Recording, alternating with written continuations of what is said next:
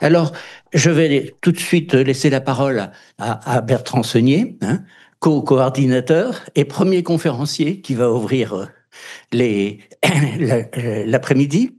Le docteur Bertrand Saunier a, a eu une activité hospitalière en tant qu'endocrinologue et certifié en médecine nucléaire. Puis il est passé à la recherche à l'INSERM et il est devenu virologue lors d'un passage au NIH à Bethesda, dans le Maryland, où il a passé 2 ans. Et il a orienté ses recherches sur les virus à ARN positif, évidemment, surtout les hépacivirus et les flavivirus. Et la réponse immunitaire humorale notamment, qui déclenche notamment chez les humains. Alors, le titre de sa conférence est les mécanismes structuraux des infections par les virus à ARN, application aux maladies virales émergentes chez l'animal. Donc, Bertrand, c'est à toi pour 20 minutes. Je vais vous parler des virus à ARN parce que c'est la première cause de maladies infectieuses émergentes et notamment ce sont des pourvoyeurs de zoonoses et de maladies à vecteurs. Et dans les virus à génome d'ARN, il y a ceux qui ont un brin d'ARN positif, c'est-à-dire que l'ARN est directement traduisible par la machinerie cellulaire, alors que les brins négatifs nécessitent une étape intermédiaire de réplication avant de pouvoir être traduits.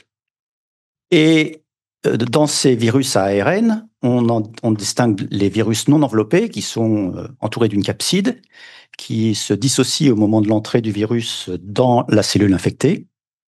Et puis ceux auxquels on va s'intéresser aujourd'hui, qui sont les virus enveloppés et qui ont autour de leur capside une membrane constituée des lipides de l'hôte et qui est peuplée de protéines d'enveloppe à la surface qui vont intervenir dans la circulation des virions et dans la protection de leur matériel génétique et dans leur adressage vers les cellules cibles. Et c'est évidemment sur ces protéines d'enveloppe que la pression de sélection s'exerce majoritairement, et ce qui entraîne des échappements de ces virions par un taux élevé de mutation au moment de leur production. Mais il faut bien noter que pour être sélectionnées, les mutations doivent conserver la fonction des protéines d'enveloppe. Donc, voici un exemple rapide du cycle infectieux du virus Zika. Et là-dessus, je vais insister sur le fait qu'on a l'impression que c'est la partie circulante des particules qui s'appelle le virus, alors qu'en fait, ça constitue les progénies, c'est-à-dire ce qui va permettre de produire des graines, quoi, qui circulent en fait, mais que le virus lui-même, c'est comme l'arbre qui est planté dans la terre. Et donc, un virus, pour produire de nouvelles graines, il va devoir infecter une cellule cible et s'y implanter. Et le cycle donc infectieux démarre par la circulation des virions. Et puis, ensuite, la liaison à des molécules à la surface de la cellule cible, une entrée du virion dans la cellule pour y délivrer le matériel génétique. Et donc, en conséquence, les virus, ce sont des parasites intracellulaires obligatoires. Donc, suivi de la période d'infection, il y a la réplication, c'est-à-dire le passage du brin positif au brin négatif, ou l'inverse lorsqu'il s'agit d'ARN à brin négatif, et puis l'utilisation de ces ARN pour fabriquer de nouvelles protéines et assembler de nouvelles particules virales qui, à leur tour, vont être libérées et circuler. Alors, on va s'intéresser pendant 2 ou 3 diapos à l'origine et l'évolution des virus à ARN. Attendez, je me suis trompé. Voilà. À l'origine et l'évolution des virus à ARN. Et on va voir qu'il existe 2 théories complémentaires pour expliquer l'origine de ces virus. C'est-à-dire qu'au moment, là, est représentée en haut une échelle de temps qui va jusqu'à l'apparition des cellules eucaryotes. Et donc, ça s'associe à la complexification du métabolisme associé qui commencent par des chimies relativement simples et des éléments relativement simples vers des éléments de plus en plus complexes, et l'apparition à un moment de protocellules qui contiennent déjà du matériel génétique. On ne connaît pas bien la nature de ce matériel, et l'évolution vers les prokaryotes, puis les eucaryotes. Et en fait, on a longtemps pensé que les virus étaient finalement du matériel qui s'était échappé des cellules que l'on connaît, et que ce matériel avait acquis la capacité d'aller infecter de nouvelles cellules, de s'y répliquer, et ainsi de suite. Il existe aujourd'hui une théorie un peu concurrente, qui est que les virus, en fait, seraient au départ des protocellules, dont on ne sait pas très bien ce qu'elles sont, en fait, des cellules déficitaires, donc auxotrophes, qui, à un moment, seraient devenues des parasites intracellulaires. Les arguments en faveur de cette hypothèse, c'est la conservation de certaines structures, notamment des polymérases, ARN ou ADN, et notamment du domaine paume de ces polymérases, mais aussi d'un motif de capside de virion pour les virus ADN et ARN également. C'est motif Jelly Roll. Et donc, ensuite, une fois que ces virus sont apparus, eh bien, ils vont évoluer, coévoluer avec leurs hôtes. C'est-à-dire qu'au fur et à mesure que leurs hôtes se diversifient, les virus vont aussi se diversifier. Et en fait, là, ce qu'il faut retenir comme principe général, c'est que des virus qui infectent un hôte donné peuvent assez facilement et assez souvent infecter un hôte qui est proche, mais plus rarement infecter un hôte qui est plus lointain, qui a plus divergé. Donc les espèces hôtes apparentées sont plus susceptibles de partager des agents pathogènes. C'est une première règle, et il faut savoir que participent à ça d'autres éléments de diversification, comme des recombinaisons, des réassortiments, et aussi des paramètres de l'autre, comme l'immunosuppression. Donc, à côté de cette coévolution, c'est-à-dire codivergence, coévolution, il existe un phénomène qu'on appelle la cosélection. Alors pour ça, il faut comprendre que les polymérases ARN virales, elles sont très stables d'un point de vue génétique, parce que si elles n'étaient pas stables, elles perdraient leurs propriétés, et les virus qui les supporteraient se répliqueraient faiblement, et donc finiraient par disparaître, éliminés par la concurrence. Mais bien qu'elles soient génétiquement stables, elles ont une faible fidélité, c'est-à-dire qu'elles produisent beaucoup d'erreurs. Et cette capacité à produire des erreurs fait qu'il existe des variants qui apparaissent, qui ont la capacité d'aller infecter, de rentrer dans d'autres cellules qui ne sont pas les hôtes habituels. Mais néanmoins, pour pouvoir se multiplier, il faut que l'hôte soit compatible. Donc il faut qu'il soit pas trop distant d'une certaine façon.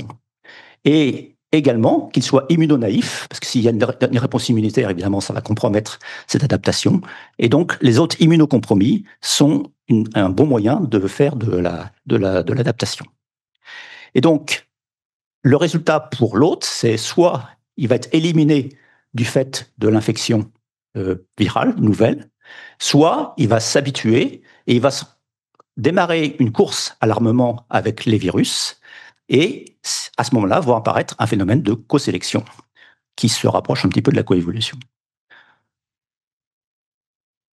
Donc finalement, les virus, ils sont issus d'une interaction complexe entre la transmission interespèces et la codivergence. Et on a noté aussi que dans le génome des ARN viraux, il y avait souvent une partition entre les gènes qui sont impliqués dans l'infection, c'est-à-dire les étapes d'entrée, et puis les gènes qui sont impliqués dans la multiplication proprement dite, c'est-à-dire l'augmentation du nombre de particules virales. Et ça, c'est lié, encore une fois, à la propriété des ARN polymérases virales qui sont stables génétiquement et qui ont une faible fidélité. Je ne vais pas vous détailler tout l'ensemble du tableau, mais disons qu'on peut comprendre que ce qui concerne la multiplication, c'est ce qui se rapproche de la coévolution, tandis que ce qui se rapproche de la sélection et de l'adaptation, c'est plutôt l'étape de l'infection. Et la coévolution, on peut la suivre d'un point de vue génétique sur la polymérase, tandis que pour la période, l'adaptation à l'infection, c'est l'évolution structurale qui est impliquée, qui va être plutôt suivie. Et ça veut dire qu'on va plus suivre la génétique, mais des structures en trois dimensions. Et donc, il existe bien il existe probablement un lien entre les infections émergentes et l'évolution des protéines d'enveloppe. Donc, on va voir ces protéines d'enveloppe, comment ça fonctionne. Donc, une protéine d'enveloppe, elle comprend en général deux parties. Une partie que j'ai appelée ENV ici, qui est directement exposée au milieu, à l'environnement, et qui va donc être exposée, qui va donc protéger la particule, mais aussi servir dans l'adressage. Et de façon sous-jacente, il existe ce qu'on appelle une nanomachine, qui va catalyser la fusion entre la membrane du virus et puis la membrane de l'hôte. C'est ce qui est représenté ici. Et donc, il va y avoir formation d'un pore qui va permettre l'injection de l'ARN génomique qui est inclus dans le virion. Et ça se passe par différentes étapes. Une étape d'attachement de la protéine d'enveloppe à des facteurs de recrutement. Ensuite, l'interaction à un récepteur spécifique qui traduit la présence d'une cellule hôte. Et enfin, donc, de multiples événements de fusion pour former un pore et permettre le passage de l'ARN génomique.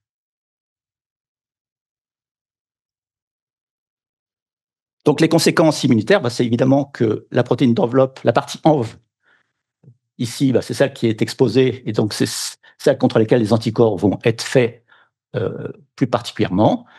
On dit qu'un anticorps est neutralisant lorsqu'il bloque l'infection, et notamment lorsqu'il bloque l'interaction entre la partie ENV et le récepteur de la cellule spécifique. En revanche, les nanomachines, du fait du caractère protégé de cette machinerie, engendrent souvent moins d'anticorps neutralisants.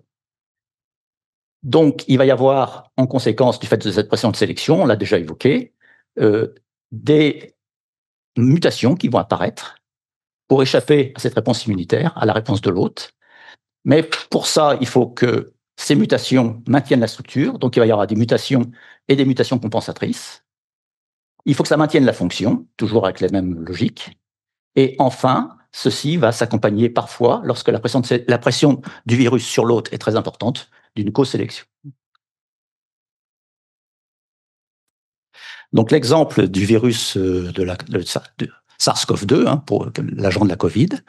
Donc, ici, c'est un virus qui ne rentre pas toujours à l'intérieur de la cellule et qui a aussi la possibilité d'effectuer sa fusion à la surface. Sa protéine de spike est composée des éléments habituels, c'est-à-dire à l'extérieur, l'enveloppe, et de façon sous-jacente, la nanomachine. C'est la nanomachine qui est responsable de la fusion de la particule virale avec la cellule hôte, et donc il y a une libération du génome. Et donc, cette Covid est une zoonose au départ, c'est-à-dire que ce sont des virus qui infectaient des chauves-souris et qui ont eu la capacité, à un moment donné, de se lier non seulement à la chauve-souris, mais aussi à l'humain. Et puis, maintenant, vraisemblablement, il y a beaucoup de particules qui sont essentiellement se lient à la CE2 humain, qui est le récepteur principal de ce virus. Alors, on connaît 3 classes différentes de protéines de fusion. La classe 1, où la protéine de fusion est composée d'hélices alpha, c'est-à-dire des hélices courtes, vous voyez, comme ça. La classe 2, où là, ce sont des hélices plus longues, ce qu'on appelle des feuillets bêta. Et puis, une classe qui est un peu mixte, où la protéine de fusion a à la fois des hélices alpha et bêta. Et puis, plus récemment, on a trouvé d'autres protéines de fusion, mais on ne sait pas très bien comment elles fonctionnent, et leur structure est complètement différente de celle qui était connue jusqu'à maintenant. Et la bizarrerie ici, c'est que cette classe de protéines, ça touche ce qu'on appelle ça concerne notamment, mais pas exclusivement, les flavivirus. Et cette classe de protéines, elle concerne les hépacivirus et les pestivirus. Or, ces 2 virus appartiennent à la même famille. C'est-à-dire qu'ils ont évolué d'un point de vue de la polymérase de façon coordonnée, enfin, si on peut dire, simultanément. Donc, il y a une bizarrerie.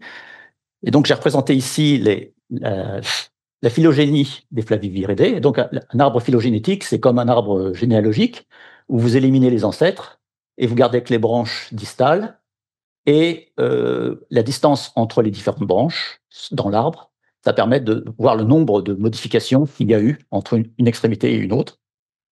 Et ici, c'est centré sur l'ARN polymérase, puisque nous avons vu que l'ARN polymérase est génétiquement fortement conservé. Donc, on a la partie qui touche les flavivirus, à proprement parler, et dont les autres sont essentiellement des invertébrés, et qui ont une structure dans protéine d'enveloppe qu'on appelle PRME. Je n'ai pas parlé de PRM, mais enfin, c'est de la protéine E, c'est ce que j'ai présenté. Et puis, il y a aussi l'autre partie, l'autre bloc, l'autre continent, où là, on a les pestivirus, les PJ-virus et les hépacivirus. Et là, c'est organisé, comme je vous l'ai montré, en protéines E1, E2. Et ces virus sont connus pour toucher les mammifères. Donc, on s'est demandé si, finalement, ce modèle à deux continents, vert et jaune, ce n'était pas une espèce de complémentarité entre les invertébrés et les mammifères. Mais il se trouve qu'il y a quand même un certain nombre de virus qui touchent des maladies à vecteurs, c'est-à-dire qui sont transmises par les insectes, et qui vont affecter à la fois les invertébrés et les mammifères. Donc, ça permet de poser la question si, finalement, E1 et E2 et PRME ne partagent quand même pas un ancêtre commun. Alors, ça, c'est un arbre phylogénétique des hépacivirus qui s'est grandement diversifié par rapport à ce qu'on connaissait au départ. Et ce que l'on peut voir, c'est que finalement, le spectre d'infection par des hépacivirus des hôtes, c'est l'ensemble des vertébrés. Et cette phylogénie est très ancienne, puisque si on prend rien que la branche des rongeurs, qui est ici, eh bien, on peut dire par des traces fossiles dans le génome de ces rongeurs, qui en fait sont des morceaux de séquences d'ARN polymérase, eh bien, on peut dire que il y a 12 millions d'années, des rongeurs étaient déjà infectés par des hépacivirus. Donc, c'est quelque chose d'assez ancien, et donc ça repose la question finalement d'une dichotomie entre les vertébrés et les invertébrés. Alors en fait, du fait des séquençages, et aujourd'hui vous allez voir une conférence qui va vous parler de ça, des séquençages, eh bien, du fait des séquençages, on a trouvé de nouvelles séquences, de nombreuses séquences, et en fait, la répartition de la phylogénie des flaviviridés en deux continents, en fait, c'est trois continents, où on retrouve la partie jaune qui est ici toute petite, c'est les flavivirus et apparentés, une partie qui est devenue énorme, qui représente les pestivirus, les hépacivirus et les PJ-virus, et puis une partie autre. Mais les trois continents, en fait, c'est celui-ci, qui comprend la partie jaune et les gigmavirus, la partie orange et verte, qui correspond au long génome flaviviridé et les pestivirus, et puis, de façon un peu à part, les hépacivirus et les PJ-virus. Donc, c'est une répartition, y compris phylogénétique, qui est un peu curieuse, et donc qui a fait se demander si, finalement, il n'y avait pas quelque chose de bizarre qui se passait, pourquoi on avait les mêmes protéines de fusion ici, alors que c'est génétiquement distinct. Alors, ici, il faut expliquer quelque chose, je vous en ai déjà parlé, mais je voudrais vous le remontrer, c'est qu'en fait, je ne sais pas si je vais parvenir, oui, c'est qu'en fait, bien qu'il y ait qu'un acide aminé commun sur 8 entre une petite branche qui est juste à côté des flavivirus et les flavivirus, eh bien, les structures sont quand même très, très conservées. C'est-à-dire que un acide aminé sur 8 commun, ça veut dire qu'il y a à peu près 12% de commun, et on touche le bruit de fond, quoi. Et malgré tout, la structure est conservée. Donc finalement, c'est ce que je vous expliquais un petit peu avant, c'est qu'on va pouvoir se servir de la structure, maintenant qu'on a des outils pour faire ça, pour pouvoir comparer non plus la génétique, puisqu'il n'y a pas de ressemblance, ou très peu, et puis donc des différentes protéines. Et c'est ce que certains auteurs ont fait dans ce travail-là. Et ce qu'ils ont trouvé, c'est que finalement, il y avait une différence entre les protéines de fusion qui étaient de format E1, E2, et puis les protéines de fusion qui étaient PRME. Ça ne permet pas vraiment bien de comprendre pourquoi, alors que le spectre d'hôtes est à peu près similaire entre les hépacivirus et les pestivirus, pourquoi la protéine E1, E2, notamment E2, a changé tellement pour finir par ressembler à des protéines qui se retrouvent dans cette famille des longs génomes flaviviridés.